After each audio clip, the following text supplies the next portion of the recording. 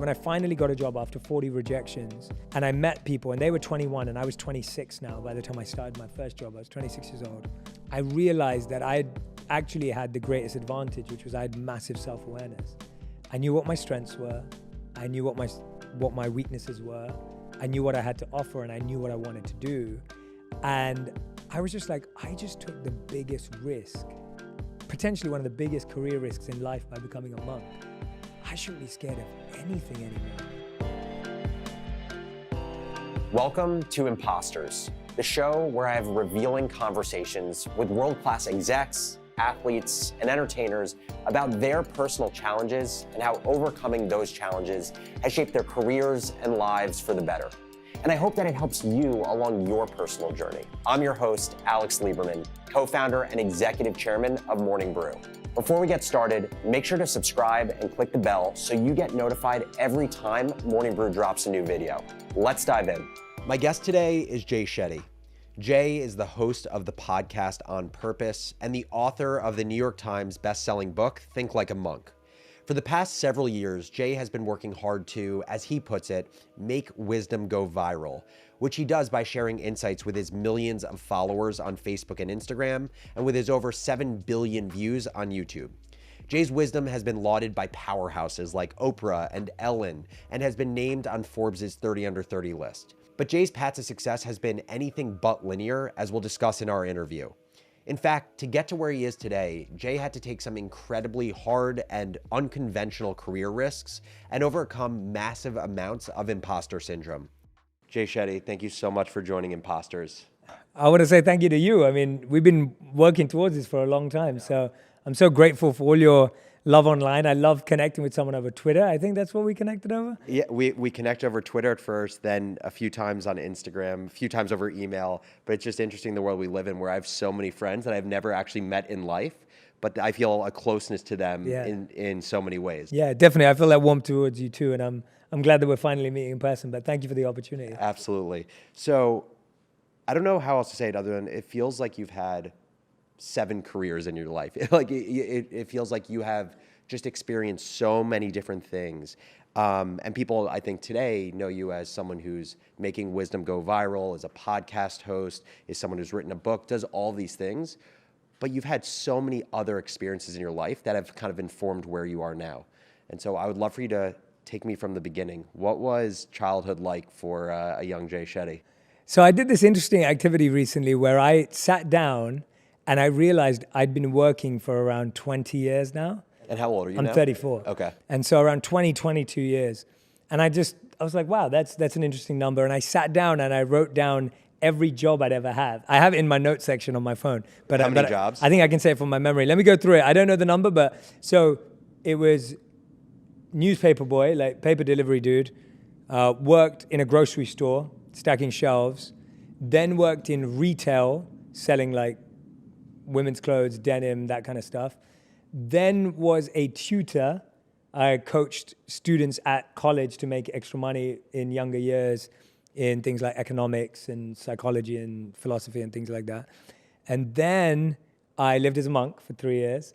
Then I worked as a digital strategy and innovation consultant at Accenture. Then I was a senior host and producer at Huffington Post. Then I started my entrepreneurial journey, which now has led to books, podcasting, media, everything else. So at least 8. Which I think is such an important thing to call out, because I think people will look at you today and be like, God, this guy, he has it all. He's in his mid-30s, super wise. He's built a massive audience. You know, he has all these different lines of business. Like, clearly he has it all figured out. And I think just by you laying out these, whatever it is, 9, 10 jobs that you've had, it has been anything but a linear path to get there. And I'm sure from your perspective, it's like you don't have it all figured out at all. You're just working your best to do it. No, I have it completely figured out, actually. No, yeah, no, not at all, not at all. And yeah, it's just fun looking back that way and trying to piece it out. But sorry, I'll answer your question. I just thought that was interesting. And I recommend everyone does that activity. I think we often also think about our careers as when I graduate from college. And I'm like, but that's not your career. Like, your career starts whenever you choose for it to start. The question about my childhood or where the first job began? Your childhood. Yeah. I'd say that I was born and raised in a family where obedience, discipline were top priority. Performing well at school was really important to my parents. And so despite me going to a fairly rough school where education wasn't a priority of my peers, my parents were emphasizing homework, after school work, extracurriculars. I was being trained from the age of 8 to get into a grammar school, which is a school you have to take an exam for that gives you a private level education without having to pay for it. My parents didn't have the money to send me to private school, but they wanted me to work hard in order to do that. And so I felt like I lived a very disciplined life. Look at that. Obviously, when you're a kid, there's moments where you accept it as normality. And then there's times when you're like, oh, I just want to hang out. And now I look back and feel really grateful that my parents made me do that, because I think it gave me a certain way of working that I wouldn't have developed otherwise. And I was pretty much a teacher's pet up until about age 14. And then age 14 was when I went off the rails, started to rebel, started getting involved in the wrong groups, wrong circles, getting involved in activities that I wouldn't recommend to anyone. Like what? Everything from experimenting with drugs through to violence, through to, just nefarious, stupid activities. And stuff that I think most kids do, but I think we just got into it really young. Like 14 was a bit young for that. And then by the time I was 18, I was kind of done. And I'd kind of exhausted all of the craziness. And it was actually my dad who started handing me biographies and autobiographies. So my dad was worried that I didn't like reading, and so was my mom. I really hated reading fiction. I was the same way. Hated reading fiction. So I don't think I read a book until I was 14. My dad started giving me biographies and autobiographies, and I read Malcolm X, I read Martin Luther King. I also read David Beckham and Dwayne "The Rock" Johnson, because I was a big wrestling and soccer fan growing up. And so I was reading these really diverse biographies and autobiographies, and I was thinking, wow, these people have all done something phenomenal with their life. And that's where I started to get fascinated by personal development and personal growth without knowing what that was. So 2 questions. One is, when you were going through kind of this phase after 14 of being more rebellious, of just experimenting, what was it inside of you that was driving you to do this? And do you think at that point in your life you had a sense of who you were, what you wanted to be?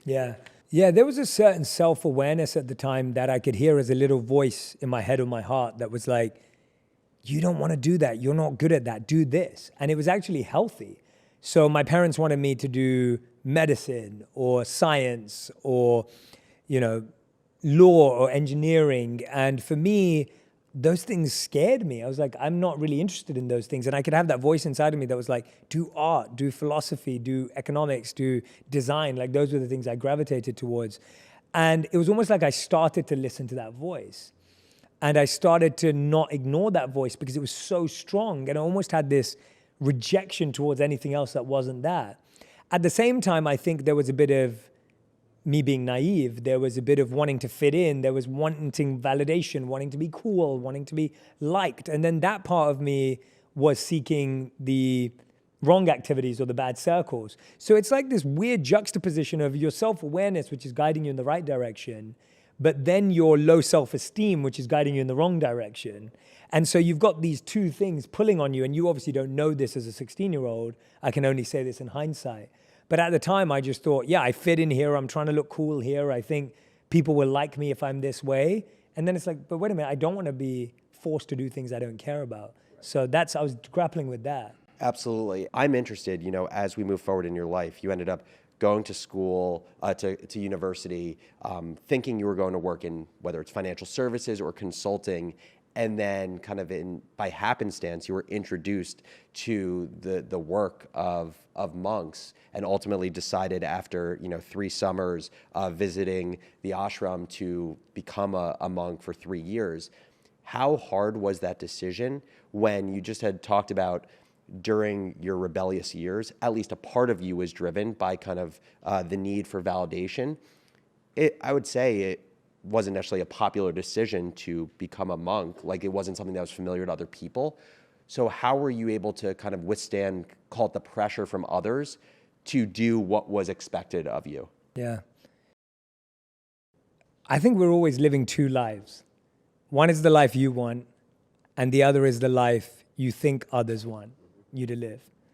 And we get stuck in between those 2 lives. And often we feel like we're living too far off the edge of what other people want us to live. And often we feel like we're living too close to the version we want to live. And that dance is really fascinating as life goes on. And what I found at the time was I was being drawn closer and closer and closer to my own values. And I was being drawn closer and closer and closer to what was important to me. So at that time, if you asked me what I thought I was going to be, I would have said something like, I'm going to be a rapper, right? I love spoken word. I love writing lyrics. I loved music. I played the drum kit. I played the piano growing up. I can't play anything anymore. And I was highly into music, and I was like, I want a career in music. That's what I probably would have said. And then as time moved on, I would have moved away to being, okay, let's be more realistic, Jay. You can't do that. That's not real for an Indian kid growing up in London. Let's be more realistic. And I was like, well, maybe I want to be an art designer or an art manager at a magazine, because I loved art, loved design. And then it's like, oh, no, Jay, be more realistic. That's not really a career path, because everyone who you're surrounded by is doing far more serious and real careers than that. Okay, let's go and get a business degree, right? Yeah. It's like you literally go from this is the truth of what I want to let me water it down a bit, and then to let me completely water it down. So I remember telling my art teacher, who I was really good friends with at college, telling him I'm turning down my offers to go to like art school, which is what I thought I wanted to do, to go and do a management science degree, at Cass Business School. Yeah. And, he was joking around. He was like, you're such a sellout. Like, he was like, you're such a sellout. I was like, I'm a sellout. This is terrible. And that's kind of where I ended up. And it's really fascinating that I went there because I was like, this is the safe thing to do. And then I do the least safe thing in the world by becoming a monk. And so it's really fascinating how I went on that end of the spectrum, and then I want to go back. So I think what happened is there's only so long you can stay away from your true calling. And you can push it down, you can ignore it, you can suppress it as much as you like, but it's going to keep showing up in really uncomfortable ways. And it will start quiet, but it will get louder. And for me, it got really loud at 21 when I thought to myself, which life do I want to live? Do I want to live a life of chasing success, or do I want to live a life of service? And I would say that decision at 21 became easy because of the 3 years of experience before. And I think people look at that as like, that's a big change, but that big change was easy because there were lots of small experiences that led up to it. And so every summer, like you rightly said, I'd go to live with the monks. And that mini experiment every summer made me confident that if I did this long term, that I would enjoy it. And I think people think, oh no, you just changed your life. It's like, no, I didn't. So, and you're right. I'm glad you raised this, because a lot of people say to me today, they're like, Jay, you really use this monk thing as part of your story. And I'm like, trust me, becoming a monk is not a story. When you're 21, becoming a monk was the least cool thing I could possibly do. My friends, and this is honest, just my guy friends thought I was gay. Like literally, that's the response I got. That's how far behind things were. They were like, you're gay, right? Like that's, and I'm like, how is this? How is that even connected? Totally. But that's what they thought. Girls didn't want to talk to me anymore because they thought they weren't allowed to talk to me and what was happening in my path. And then my family thought that I'd wasted my parents' investment in me and my education. Yeah. And so everyone's saying, you've committed career suicide, you're never going to get a job again, and you're ruining your parents' life. And it's just so interesting, again, just thinking about your own development and your own awareness, that you were able to get to a place where despite all of that, people saying, oh, you must be gay, oh, you can't see women, oh, it's career suicide, that somehow you had gotten to this point in your life where you felt enough connection to your values or what you deemed to be your calling, that you were willing to do that. Because I would say that is very difficult at any stage of life, but it's exceptionally difficult as a 21-year-old when there is so much social pressure. Yeah, and I give all the credit to my monk mentors and teachers and guides, because I didn't have that resilience, but they'd given me an experience of something, and I believe that experience was more powerful than my feelings or what I was hearing. And that's why I think we try and make decisions in our head. Like we try and figure everything out in our head. And we're like, if I can figure this out in my mind, then I'll figure it out in life. And it's like, no, go and have a real life experience. Go and do the thing for a short amount of time And then you'll know what to do. And so I think you can only spend that much time in your head figuring out personality tests and conversations and questions and reflecting and introspecting. And after a while, you just got to go do the thing. And if I never went and spent those summers living as a monk, I would never have wanted to be one because I wouldn't know what it feels like. Totally. I'm interested for you to talk in a second about when you went to become a monk, the work you did and how you knew that you enjoyed that work. Because what I've even realized, right, after selling a business in the last few years and thinking about what's next, I always will intellectualize, how do I know if I am enjoying the things that I'm doing? Do I love this work? Am I passionate about it? And the issue is, the more that I overthink, am I passionate about this thing, the less I feel passionate about it because I'm intellectualizing the experience. So tell me, what was it like to be on the ashram for 3 years? And how did you know at least some part of that work was truly what your calling was? Yeah, so there's two parts to any work we do. There's the process and there's the result. And loving the work you do means you love the process and you accept the result. Whereas the way we've been trained in modern society is all that matters is the result. If the result is good, then you must love your job. If you see someone win an Oscar, they must love their job.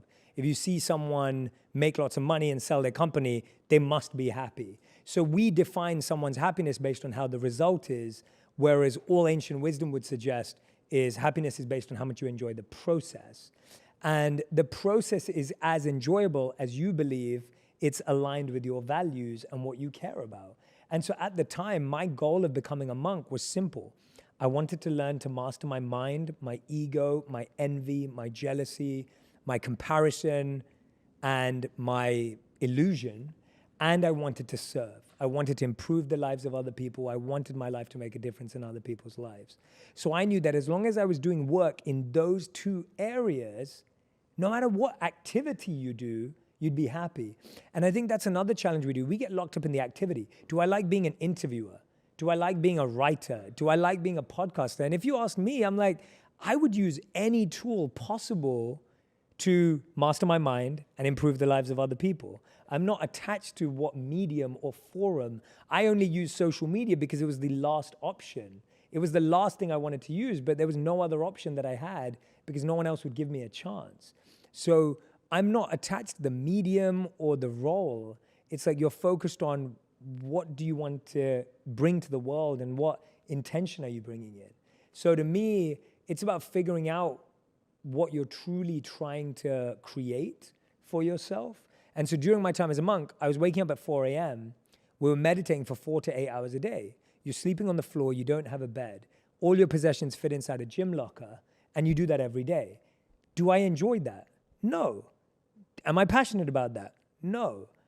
But I believe it's gonna help me master my mind. Okay, I'm in, I can do that, right? Yeah. Every day we were out in the sun. It's 110 Fahrenheit, right? It's hot. You're out there laying bricks. You're out there doing agricultural work on the farm. Do I enjoy that? No. Do I really love that? No. But do I believe that it positively improves the lives of other people that we're serving? Yes. Okay, it fits. And so I enjoy the process because I trust the process is giving me what I need, but I don't have to enjoy that direct activity. Right. Because that's pleasure. Well, and I feel like that's such an important nuance, right? Because you talk about enjoying the process. And if someone hears what you're saying, like, no, I didn't enjoy laying bricks, I didn't enjoy agriculture, they'd be like, but isn't that the process? And I think the distinction you make is there are activities that sit within this process. It's not necessarily about enjoying those. It's about how do these serve ultimately what you're trying to accomplish, the values you're trying to live out. Correct. And I love that you're making that distinction, and maybe I can articulate it better. I didn't love the activity, but I loved what was happening to my intention while I did the activity. Yeah. And that's what you're falling in love with. And I get that that's a really like meta ethereal idea, but it's like you are looking at that going, I do this because I know what's being built right now while I do this. That's loving the process. I think what Jay is saying here is so important. If you have a clear sense of your own values and you're able to see how the work that you do serves those values, it can feel easier to embrace the sometimes mundane or tedious or completely unenjoyable aspects of your job. Sometimes taking a second to step back and remind yourself of your intentions and why you're doing the job that you're doing can have a really powerful effect on your willingness to push through the worst aspects of it. We're gonna take a quick break here, but when we come back, Jay gets into why he decided to leave the ashram and how he navigated feeling behind professionally from his peers to ultimately finding success. This episode of Imposters is sponsored by Sakara. Feeling great starts with what's on your plate, which is why Sakara has simplified healthy, balanced dining. Sakara is a wellness company anchored in food as medicine on a mission to nourish your body through the power of plants. Their plant-rich meals, snacks, and supplements are designed to reduce bloat, ease digestion, and boost energy, all while being absolutely delicious. And to make healthy eating even easier, Sakara delivers everything right to your door, ready to enjoy. Right now, Sakara is offering listeners 20% off their first order. Simply go to sakara.com/imposters or enter code imposters on any checkout page. That's Sakara, SAKARA.com/imposters. So let's talk about, you spent three years on the ashram. You decided to ultimately leave. Why did you leave? And what was the response when you left? Yeah, so lots of reasons why I left. I was really experimenting with my health. I was experimenting with longer meditations, longer fasting. I was really pushing the limits of how far meditation could go to replace sleep, how far meditation could go to replace physical energy. And I really took my body to lengths that broke my body practically, and that wasn't a fun feeling at all. I ended up in the hospital. You know, I talk about this in the book, of course. I was in bed for like 14 hours a day for plenty of time. It was really tough, and it was all my own doing. It was all my own experimentation. That was part of it, but really that was what was happening outside. Yeah. And what was happening inside was, as you are practicing being a monk, you get more self-awareness and you get more introspection.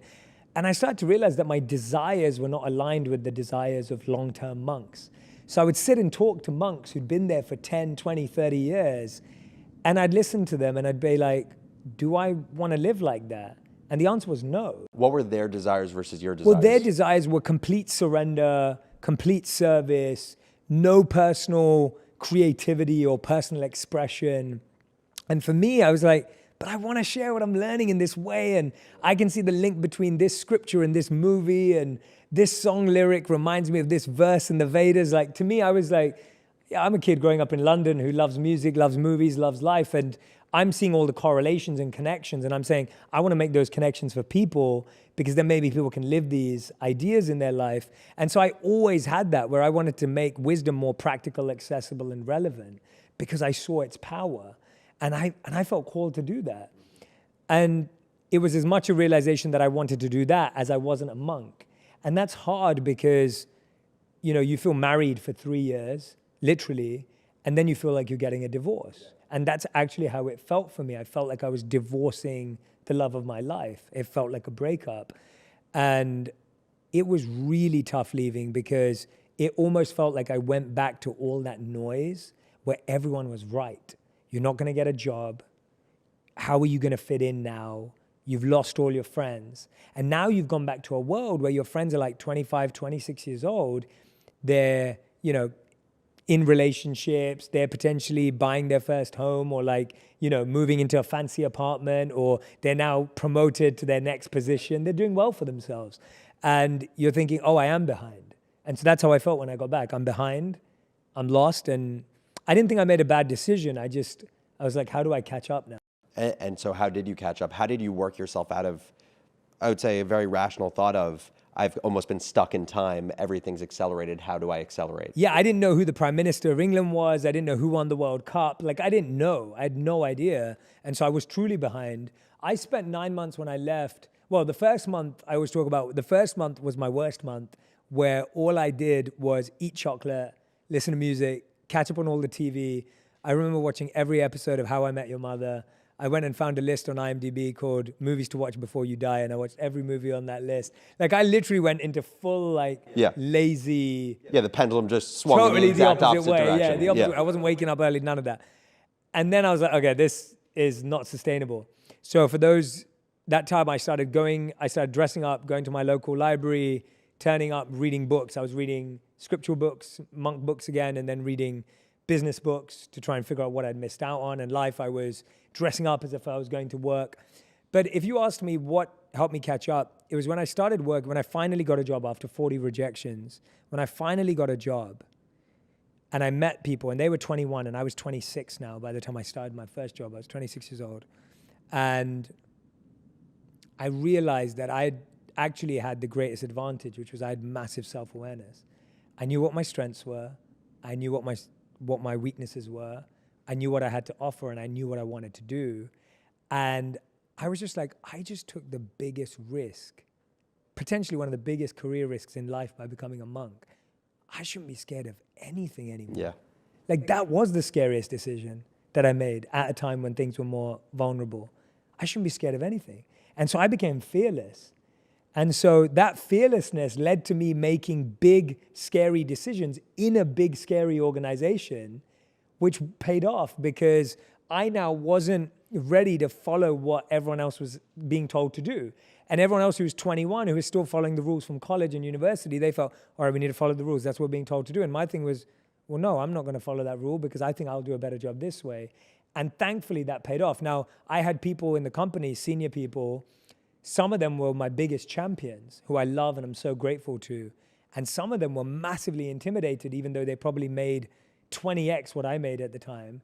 But they were intimidated and they were trying to control and trying to manipulate. So it was tough living that, but I'm really grateful that I did that. And so, if I remember correctly, you were both working within Accenture, but then you were asked at some point to give a talk on mindfulness to 1,000 people within the company, and then you started traveling around the company, right? Yeah, so this credit goes to a lady named Jilly Bryant. She's left Accenture now, but she was the head of all the new hires in London. So there were about 1,000 of us. And she noticed that on my fun fact about me, I'd said that I lived as a monk and I meditated and that I used to teach meditation. And at the time, Accenture was taking, and they are taking mental health very seriously. And so she reached out to me and she said, Jay, we have this big event coming up at Twickenham Rugby Stadium. Would you mind talking about social media, which is what I was doing at work, and talk about mindfulness and meditation on stage and potentially even lead a meditation? Now, at the time, I had no brand, no social media, no one knew my name. I was asked to come onto stage in between Will Greenwood, who was a Rugby World Cup winner with the England national team, and the CEO of the company in the UK. So I'm already having massive imposter syndrome because I'm going, this guy won a World Cup for the country, this person's the CEO of the company, like, what am I gonna say? And these are 1,000 people who are my peers who have no respect for me, and there's no authority here. And that is a beautiful position to be in because you start realizing that you're not living off of influence, so you're not living off of a position. You live off of who you are and how you hold yourself. And so I went up on stage. I was nervous till the point I went on, and I led a meditation. And the feedback I got was they'd never seen a group of 1,000 people hold silence for that long. And it was a really reassuring, comforting feeling. Like, it wasn't like, yes, we did it. It was more like, wow, this stuff works in the real world. People care. And so, yes, then I got invited across the company to teach mindfulness and meditation, set up mindfulness Mondays, mindfulness meditations before meetings. I got really involved I was so grateful to Accenture for championing a personal skill set in a big professional organization with 500,000 people. It's interesting because it sounds like something that helped your imposter syndrome in that moment was kind of the internal validation you had after you saw this entire group of people sit in silence. You were told that this was the longest they'd ever sat in silence. Like, it was reassuring to you that the work that you were doing could be really meaningful. I'm also sure that this wasn't the only time you've experienced imposter syndrome in your life. And given the name of the show, given so many people experience this, I'm interested how you think about navigating imposter syndrome. And I'll even say from my perspective right now, like, I feel massive imposter syndrome hosting a podcast with you as a guest, where I'm just like, how do I host a podcast talking about vulnerability and challenges in people's lives and being a sounding board for them when the person in the seat across from me is someone who literally spent 3 years as a monk and has done so much more work to truly understand people. How do I do it? And so I can just imagine how many people experience imposter syndrome in their life. Well, first of all, that's very kind of you, and I don't think of it that way at all. I think every question you've asked me has been so heartfelt, has been so sincere, so genuine. Everything that you've shared with me today, even before today, I already knew I was going to love you before today, because all the interactions we had on Twitter, and you think like, how can you do that on Twitter? But you can when you're as genuine and sincere as you are. So I was excited to be here. I'm grateful to be here, honestly. I would say that I don't think you ever stop feeling imposter syndrome if you're growing. If you're growing, if you're learning, you will always feel imposter syndrome. Because what imposter syndrome really is a sign that you still have a skill to learn or an experience to have. So I still feel it on a daily, weekly, monthly, yearly basis. And I don't ever want to stop feeling it because it shows me that I need to grow and I need to learn. I connected to a beautiful book called Flow. And Flow talks about how to experience a state of flow, which musicians experience, which artists experience, which singers experience, is when your challenge meets your skills. But what most of us experience on a daily basis is our challenge is above our skills, which means we get scared, we get threatened, we get confused, we feel lost. Or what we experience is the opposite, where your skills are above your challenge. Then you feel bored, you feel tired, you feel lethargic, you feel complacent. So really what imposter syndrome is saying is that your skills are not as high as your challenge, but you can fill that gap if you truly, deeply want to. You can make that leap if you want to. And so now when I feel a sense of imposter syndrome, I ask myself, what skill is being highlighted to me that I don't have? It's not a feeling, it's not an emotion, it's a skill. Like I'll give an example. If I'm sitting around a table of people that I feel are more qualified than me in a certain area, let's say I'm sitting with a group of people and they're all amazingly deep into real estate, right? That's their thing. I'm gonna feel like an imposter because I'm not that deep into real estate. And then I have to ask myself, so what skill do I now have? Okay, real estate investing. Do I want that skill or am I happy being in this space, for example? And so the question isn't not only what skill don't you have, what do you want that skill? Because often you can get pursuing a skill just to impress people. Totally. And so I think that's what I would encourage people to do with imposter syndrome is take it away from this feeling of like, I'm not good enough, I'm not smart enough, I'm not this enough. Yeah, you're not smart enough. Figure out what you need to get smart at, right? And that's how I see it. I'm like, okay, I'm not qualified to this. Do I want to be qualified?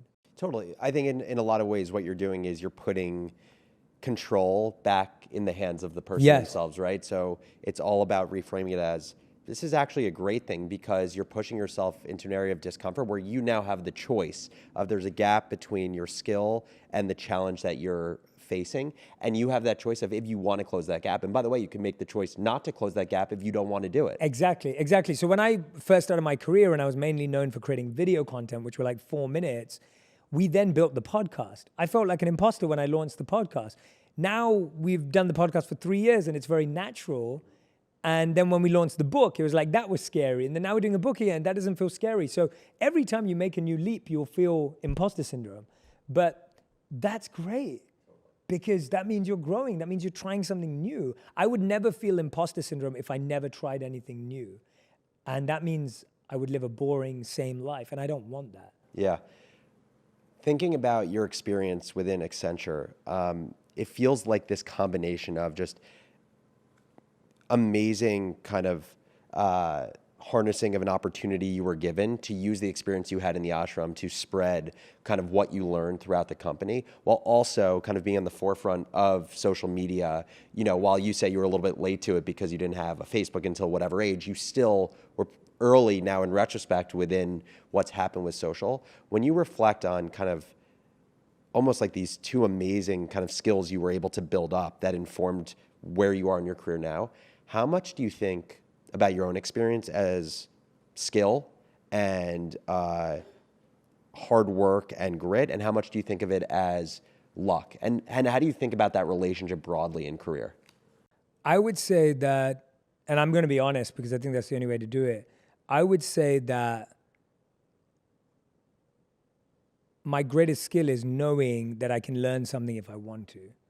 And that if I apply myself to it, and I really deeply care about it, that I will find a way to get really good at it.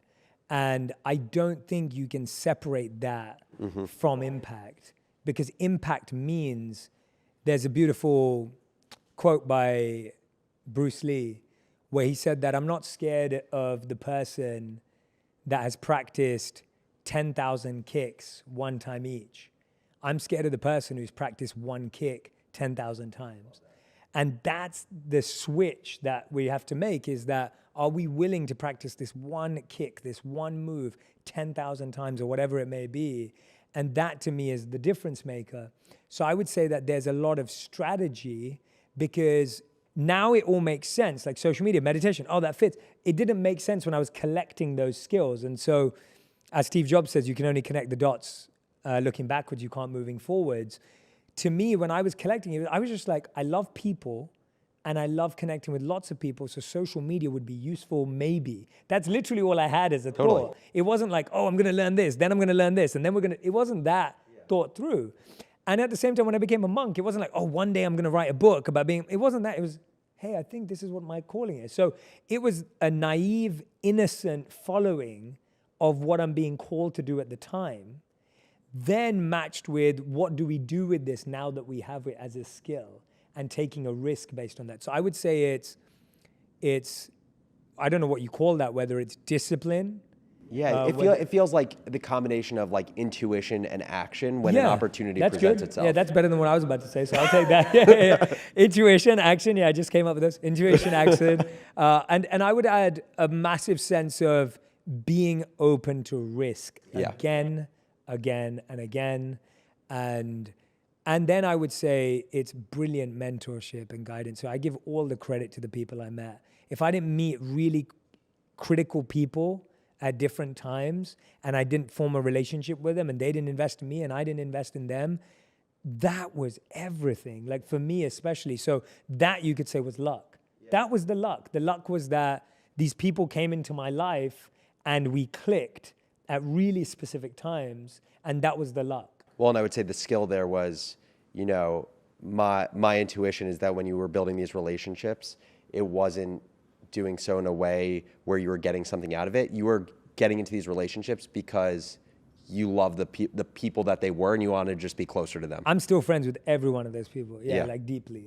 I message them all the time, and they're still involved in my life in so many ways. And I all the credit goes to them. I'd say any career success I had, I'd give it to them, because it's not that they told me what to do or how to do it or invested money.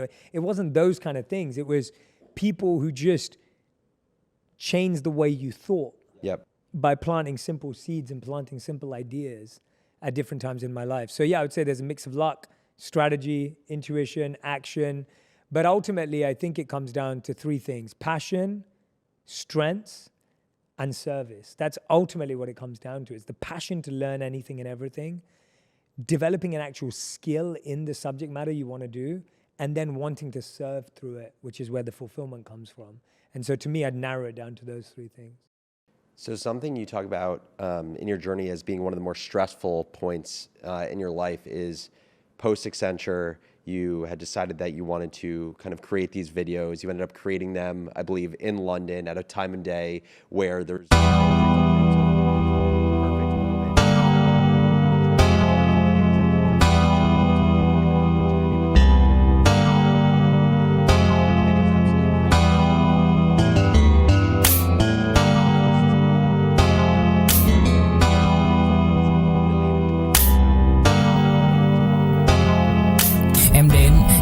cách em đi qua cái khoảng lãng mạn như thi ca khiến anh chẳng nhớ được gì cả, chỉ chút vừa vã anh ghi và anh không biết được là đôi mình còn gần bên nhau bao lâu nữa. Nhiều lúc anh nghĩ hay thôi mình có lẽ là đừng yêu nhau nữa, vì cãi vã nhiều quá anh mệt lắm, chia tay nhiều quá anh mệt lắm, tất cả ở em đều mệt lắm. Nhưng rồi thời gian cũng hết năm, em thì vẫn ở đó, vẫn nắm chặt tay, vẫn kể môi sát môi. Anh thì vẫn như vậy, vẫn nghệ sĩ nghèo chỉ có lời hát thôi. Em à, người ta mất nhau trong 2 tuần và ta xa nhau cũng 2 lần. Anh không có phải thằng cờ, cũng biết trái tim đâu đó đã phai dần. Phải cần một sự liều lĩnh để thấy mình còn luyến thương nữa không? Mình sống với nhau như vợ chồng, những tình thế này thì chưa giống. Bài nhạc anh viết vẫn chưa xong, liệu rằng ngày đó có... My work at Huffington Post ended Ariana Huffington had led to start Thrive Global, she's still a dear friend and mentor and wonderful human being.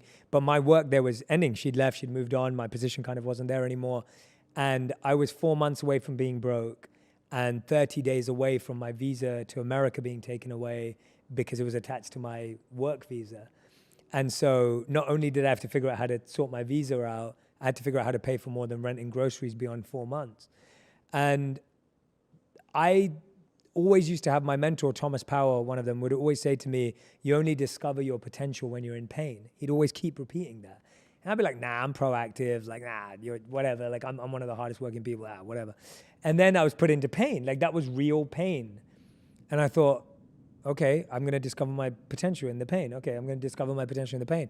The next day after learning that I only had 4 months left in the bank for rent and groceries, I got up and I emailed, DM'd, tweeted, and messaged every person that I'd ever met and said, I will edit videos, I will record videos, I will film videos, I will do anything you possibly need me to do at this time. Me and Paul, who's sitting right there, we were doing corporate videos for other clients. Paul, do you remember that office we went in? We did all these question videos.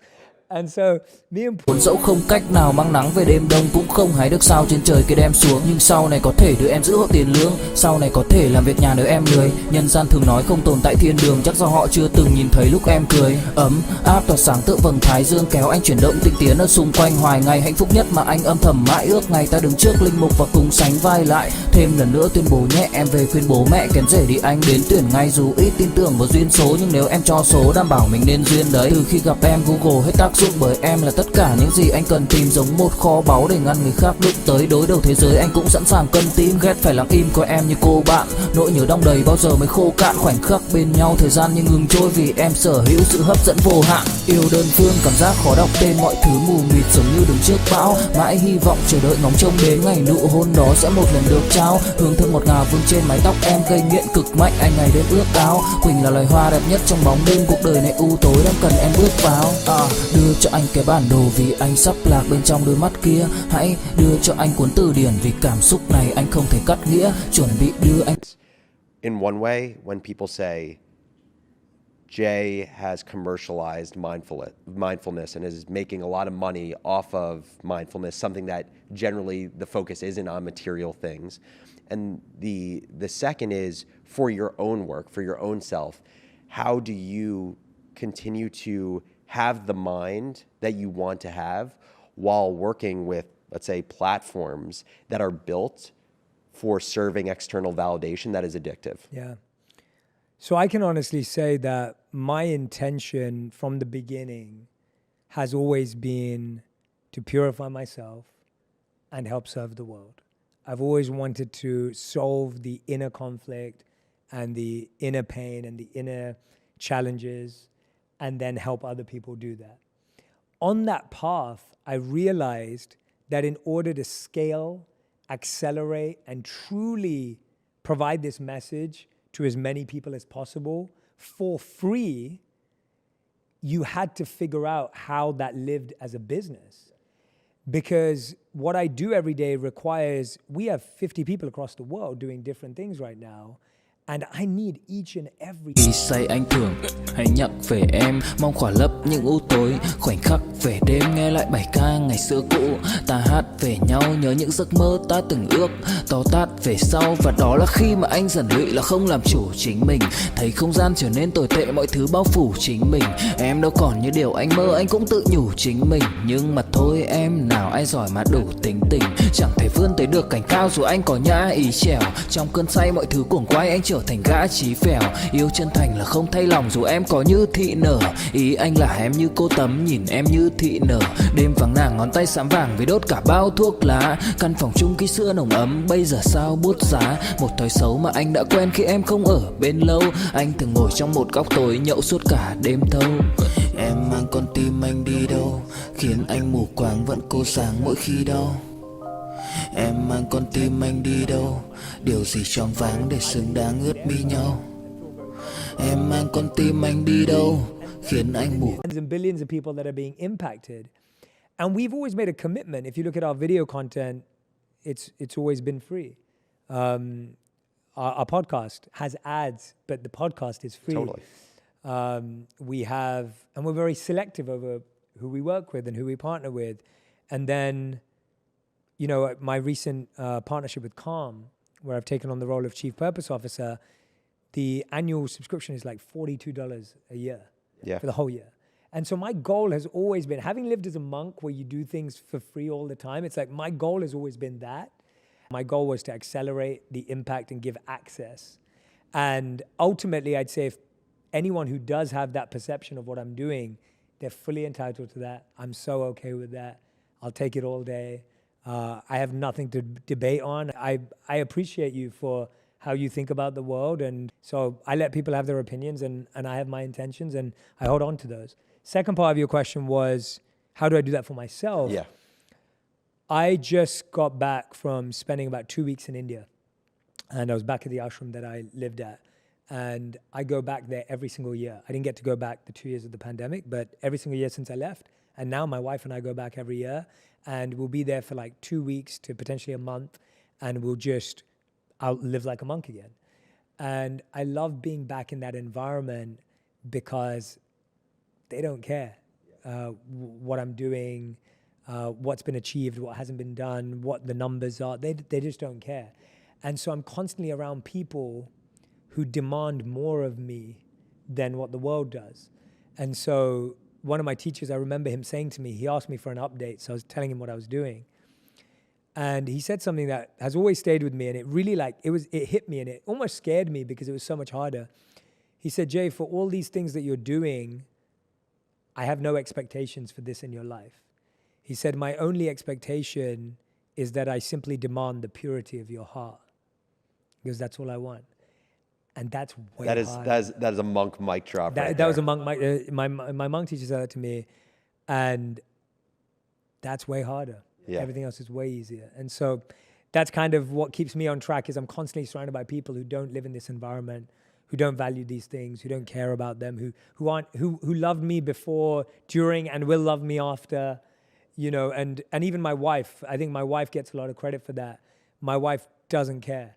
You know, she just, that's not her life, and it's not who she is. And being married to someone that way, I used to be upset at my wife for not loving me for what I've achieved. And then I realized she actually loves me for who I am. And I felt really stupid. And I realized that was so much more special, to have someone who's been with me through being broke, through moving country, through having lost it all, to having it all, to being in between. And I'd take that history with her any day over someone praising me for what I've done. Jay Shetty, thank you so much for joining Imposters. This has been awesome. Thank you so much. I'm so grateful to you, and I really enjoyed my time with you. I'm excited to connect a lot more. Absolutely. So, yeah, thanks so much. Thank you. Appreciate you. Thank you. Thank you guys so much for watching this episode. I hope you enjoyed, and I'd love to hear from you. Share in the comments your favorite part of this episode, and also what guest you would love to see on Imposters moving forward. And finally, like and subscribe so you get content from this show every single week. I'll see you guys next time.